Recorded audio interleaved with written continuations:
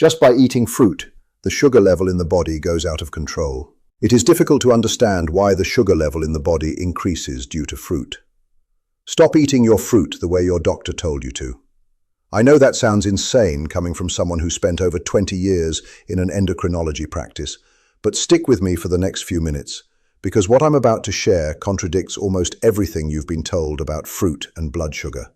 And it comes straight from real clinical research, not from a supplement company trying to sell you something. Here's the number that stopped me in my tracks the first time I read it.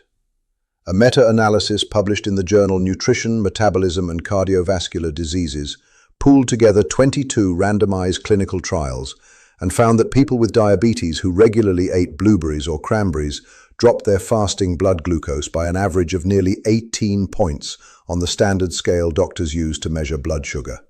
18 points. That's not a rounding error. That's the kind of number that can mean the difference between needing a medication adjustment and not needing one. And it didn't come from a fringe journal. It came from a rigorous scientific review that combined data across thousands of participants. I'll leave the exact citation in the description below so you or your doctor can look at it yourselves, because I never want you to just take my word for it. Now I want to tease something for you right now, because I don't want you clicking away before you hear this. The fruit that's going to take the #1 spot on today's list is one that most people over 60 were told to basically avoid, because someone, somewhere, decided it was too sugary. It's not. In fact, the research on this particular fruit and blood sugar control is some of the most compelling data I've seen in my entire career treating patients with type 2 diabetes. So stay with me because we are going to get there. But before we dive in, I want to ask you two quick things, and I promise this isn't just filler talk. First, tell me your age in the comments below. Second, tell me how long you've been managing your blood sugar, whether that's 1 year or 30 years. I read every single comment on this channel, every one, and it genuinely shapes what I make videos about next. So take 15 seconds, type it in, and then let's get into it. And for over 2 decades, I worked alongside patients navigating type 2 diabetes, pre-diabetes, and the general slow decline that so many of us associate with getting older. And I want to say something that might ruffle some feathers in the medical establishment. We have, as a profession, done a poor job of teaching people over 60 how to actually use fruit as a tool, rather than fearing it as a threat. Diabetes education pamphlets love to lump fruit into one scary category, right next to cake and soda, as if a peach and a candy bar belong in the same conversation. They don't. And today I'm going to walk you through the 3 fruits that the actual clinical evidence says are the most powerful for people managing blood sugar in their 60s, 70s, and 80s, counting down from 3 to 1, ending with the fruit that surprised even me. Let's start with something you need to understand about your body after 60, because it changes everything about how we should be thinking about food. After the age of 70, many people lose roughly a third of their ability to efficiently clear glucose, which is the sugar that circulates in your bloodstream, out of the blood and into your muscles where it can be used for energy. Part of the reason for this is something called anabolic resistance. Think of anabolic resistance like a lock that used to open with 1 key and now needs 3 keys turned at once before the door budges. Your muscle cells, as you age, become less responsive to the normal signals like insulin that tell them to open up and absorb sugar from the blood. This is tightly connected to something called sarcopenia, which is simply the medical term for the gradual loss of muscle mass and strength that happens as we age. Less muscle means less storage space for glucose, which means more sugar left floating around in your bloodstream doing damage. And underneath all of this sits chronic low-grade inflammation, which many researchers now consider a quiet driver of aging itself, gumming up the communication between your cells the way rust gums up a hinge. The 3 fruits I'm about to walk you through were chosen specifically because the science shows they intervene in these exact processes, not because they're trendy or because a health blog said so. Let's count down, starting at number 3. Number 3 on today's list. The fruit that quietly rewires your metabolism from the inside is citrus fruit. And I'm talking specifically about oranges, grapefruit, and lemons with the pith, that white, spongy layer just underneath the peel, left intact. Here's the dramatic part. Researchers have identified specific compounds in citrus fruit called flavonones, with names like hesperidin and naringenin, that behave almost like a natural, gentle version of metformin, which, as many of you know, is one of the most commonly prescribed medications for type 2 diabetes. A 12-week clinical study on people with pre-diabetes who were already taking metformin found that adding a citrus flavonoid supplement to their routine further reduced blood sugar spikes after meals and helped maintain healthy levels of a hormone called GLP-1, which is a signal your gut sends to your pancreas to release insulin at the right time. Separately, laboratory research out of nutrition science departments studying citrus polyphenols has shown that compounds like hesperidin and naringin can increase the activity of enzymes that help your liver store sugar as glycogen instead of dumping it back into your bloodstream, an effect that in some lab models came close to what the drug metformin itself does. Let that sink in for a moment. A compound found in an ordinary orange behaving in some respects like a diabetes medication. Why does this matter so specifically for an aging body? Remember that inflammation I mentioned a moment ago, the rust in the hinges? A 12-week study on people with type 2 diabetes who followed a Mediterranean-style diet rich in citrus fruit found that their blood levels of citrus bioflavonoids rose significantly. And at the same time, a key inflammatory marker called interleukin-6 dropped by nearly half. Interleukin-6 is one of the chemical messengers your immune system releases when it's in a low-grade chronic state of alarm, the kind of internal alarm that becomes more common as we age and that actively interferes with how well insulin can do its job. Lowering that inflammatory noise is like turning down static on an old radio, so the actual signal, in this case insulin, telling your cells to absorb sugar, can finally come through clearly. Let me tell you about a patient of mine, a woman named Carol Dietz, 73 years old, from a small town outside Ann Arbor, Michigan. Carol came to my office frustrated because her morning blood sugar readings kept creeping upward, despite doing everything her previous doctor told her to do. She had, understandably, been avoiding fruit almost entirely for years, because she'd been told sugar was sugar. We worked together to add half a grapefruit most mornings and an orange in the early afternoon, always eaten whole, never juiced. Over the course of about 4 months, her fasting glucose numbers came down enough that her physician was able to have a real conversation about reducing one of her medications. Carol told me something I've never forgotten. She said, "I felt like I'd been given permission to enjoy food again." That sentence is exactly why I make these videos. For preparation, always eat citrus fruit whole rather than as juice, and leave as much of that white pith on as you comfortably can, since much of the beneficial fiber and flavonoid content lives right there, not just in the juicy segments. The ideal window is with breakfast or as a mid-morning snack, since this is when many older adults experience their sharpest post-meal blood sugar spikes due to a natural age-related dip in morning insulin sensitivity. As for a synergy tip, pair your citrus with a small handful of walnuts or almonds. The fat and protein in the nuts slow down how quickly the fruit's natural sugars enter your bloodstream, and some research suggests that consuming flavonoids alongside a small amount of healthy fat can improve how well your body actually absorbs and uses those flavonoids in the first place. Now, before we move to fruit number 2, I want to pause here for something important. If this information is resonating with you, hit that subscribe button and give this video a like right now, because it genuinely helps this channel keep reaching people your age who are searching for real, evidence-based guidance instead of fear-based diabetes advice. It costs you nothing, and it means everything to a small, independent channel like this one.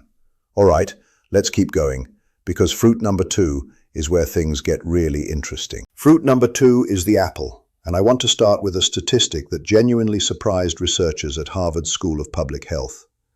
They tracked data from over 187,000 participants across 3 long-running health studies spanning more than 2 decades. And they found that people who ate at least 2 servings of apples, blueberries, or grapes each week had a 23% lower risk of developing type 2 diabetes compared to those who ate less than 1 serving per month. 23% from something as unglamorous as an apple sitting in a bowl on your kitchen counter. A separate meta-analysis pooling 5 prospective studies involving over 228,000 participants found that regular apple and pear consumption was associated with an 18% reduction in type 2 diabetes risk.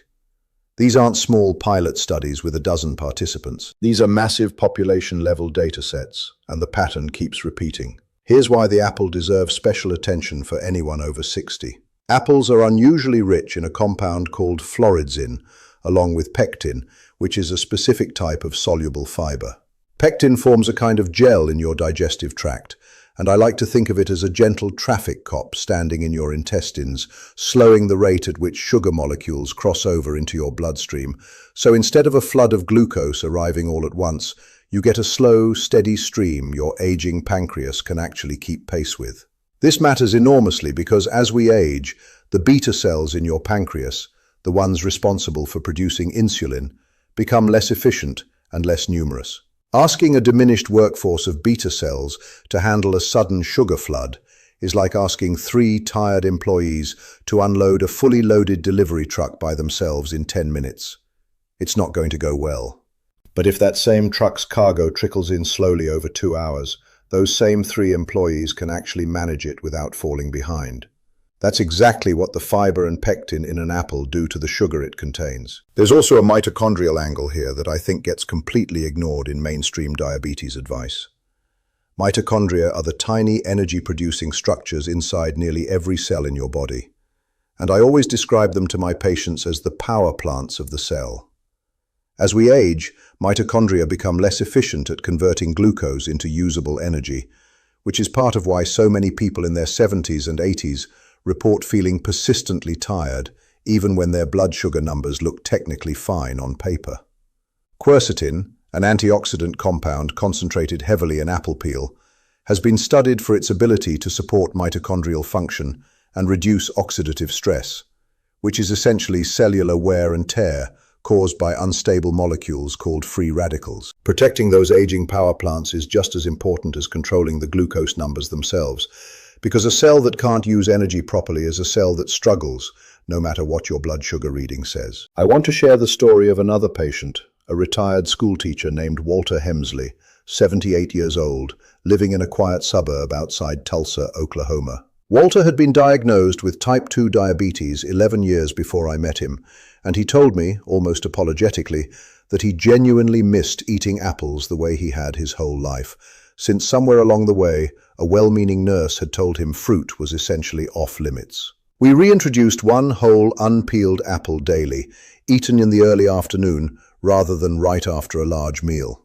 Over about 5 months, his continuous glucose monitor readings showed noticeably fewer sharp spikes throughout the day, and just as meaningfully, he told me his energy in the late afternoon, which used to crash hard around 3 o'clock, had become steadier.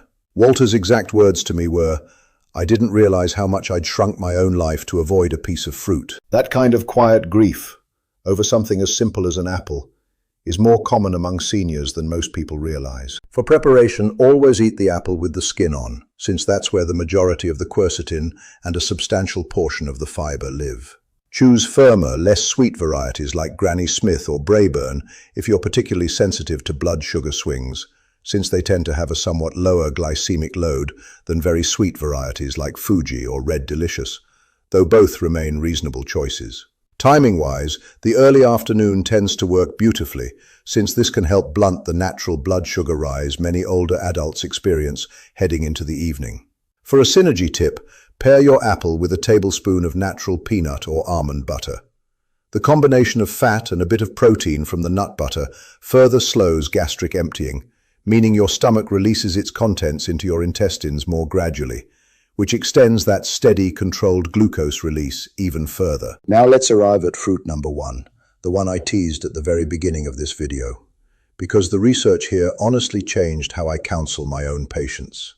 Fruit number 1 is the humble blueberry, and berries in general, including blackberries, raspberries, and blackcurrants. I want to give you the number again because it deserves repeating. That same major meta-analysis of 22 randomized clinical trials found that in people who already had diabetes, regular blueberry or cranberry consumption reduced fasting blood glucose by an average of nearly 18 points, and also meaningfully lowered hemoglobin A1C, which is the blood test that reflects your average blood sugar control over roughly the previous 3 months. That's not a snapshot measurement. That's a marker of sustained, real-world improvement.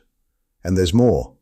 A separate large-scale analysis out of researchers studying nearly 194,000 people across 5 major cohort studies found that for every roughly 17 grams of berries consumed daily, which is about 13 blueberries or 9 raspberries, the risk of developing type 2 diabetes dropped by 5%.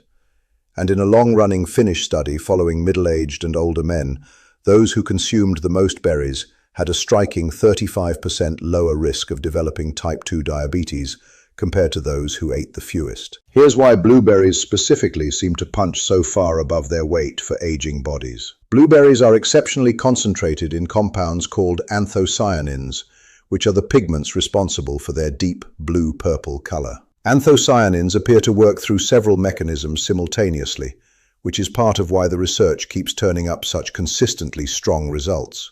They appear to improve how sensitively your cells respond to insulin. They help calm chronic inflammation. And some research even suggests they interact favorably with the trillions of bacteria living in your gut, sometimes called your gut microbiome, in ways that further support stable blood sugar. Think of anthocyanins like a skilled contractor who shows up to fix not just one broken pipe in your house, but simultaneously patches the roof, rewires a faulty circuit, and repaints the walls, all in a single visit. Most single nutrients we study affect one pathway. Anthocyanins seem to touch several at once, which may explain why the clinical data on berries is so much more consistent than for many other fruits. This connects directly back to anabolic resistance and sarcopenia, the muscle loss I described earlier. Some of the antioxidant activity in anthocyanins appears to help protect existing muscle tissue from the kind of oxidative damage that accelerates its breakdown. And healthier muscle tissue means more storage capacity for glucose, which takes pressure off an aging pancreas that's already working with a diminished crew of beta cells. There's also promising research suggesting berry polyphenols may support mitochondrial health, helping those tiny cellular power plants function more efficiently even as the years add up, which may be part of why some studies on older adults consuming mixed berry beverages showed improvements not just in blood sugar markers, but in cognitive performance, including working memory, at the same time. Let me tell you about a woman I'll never forget, Marjorie Olcott, 69 years old, from a small coastal town in Maine. Marjorie came to me 2 years after her diabetes diagnosis, deeply discouraged, telling me she felt like her body had betrayed her and that she'd resigned herself to a life of bland, restrictive eating. We introduced a daily habit of 1 cup of fresh or frozen wild blueberries, most often eaten alongside her breakfast. Over about 6 months, alongside the other lifestyle adjustments we made together, her fasting glucose dropped meaningfully, and her hemoglobin A1C came down enough that her endocrinologist described it as one of the more encouraging improvements she'd seen in a patient of Marjorie's age that year. But what stuck with me most was what Marjorie said to me at a follow-up visit. She said, "I got my mornings back. I didn't realize how much dread I'd attached to breakfast until it went away." That, to me, is what this is really about. It was never just about a number on a glucose meter. It's about whether you dread your meals or look forward to them, whether you feel like a passenger in your own body or someone still firmly in the driver's seat. For preparation, fresh or frozen wild blueberries both work well, and frozen berries actually retain most of their anthocyanin content, so don't feel you need to pay a premium for fresh, out-of-season berries. Aim for roughly 1 cup daily, most effectively eaten in the morning, since this appears to be when blunting the day's first major blood sugar spike matters most. If plain blueberries feel repetitive, blending them into unsweetened plain yogurt is an excellent option. For a synergy tip, pair your berries with a source of healthy fat, like a small sprinkle of chia seeds or a few walnuts, because early research suggests that consuming anthocyanins alongside dietary fat may improve how much of that beneficial pigment your body actually absorbs, since anthocyanins are what's called fat-soluble in part, meaning fat helps ferry them across your gut lining more effectively. So there you have it, counting down from citrus fruit at number 3 to the apple at number 2, to blueberries and other deeply colored berries taking the top spot at number 1. 3 fruits, all widely available, all inexpensive, none of them exotic superfoods flown in from the other side of the world, and all 3 backed by real clinical research, rather than trends or fads. I want to close with something that goes beyond the science, because after 20 years of doing this work, I've come to believe that blood sugar numbers are really just a proxy for something much bigger, and that's independence. It's being able to get down on the floor to play with a great-grandchild and get back up without help. It's being able to travel to see family without packing a suitcase full of worry. It's waking up in the morning without that low hum of dread about what the day's numbers might bring. Managing diabetes as we age isn't about punishing ourselves or shrinking our lives down to a narrow list of approved foods.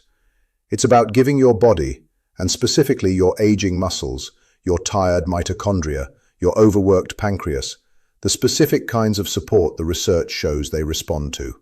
And here's what I want you to walk away with more than anything else.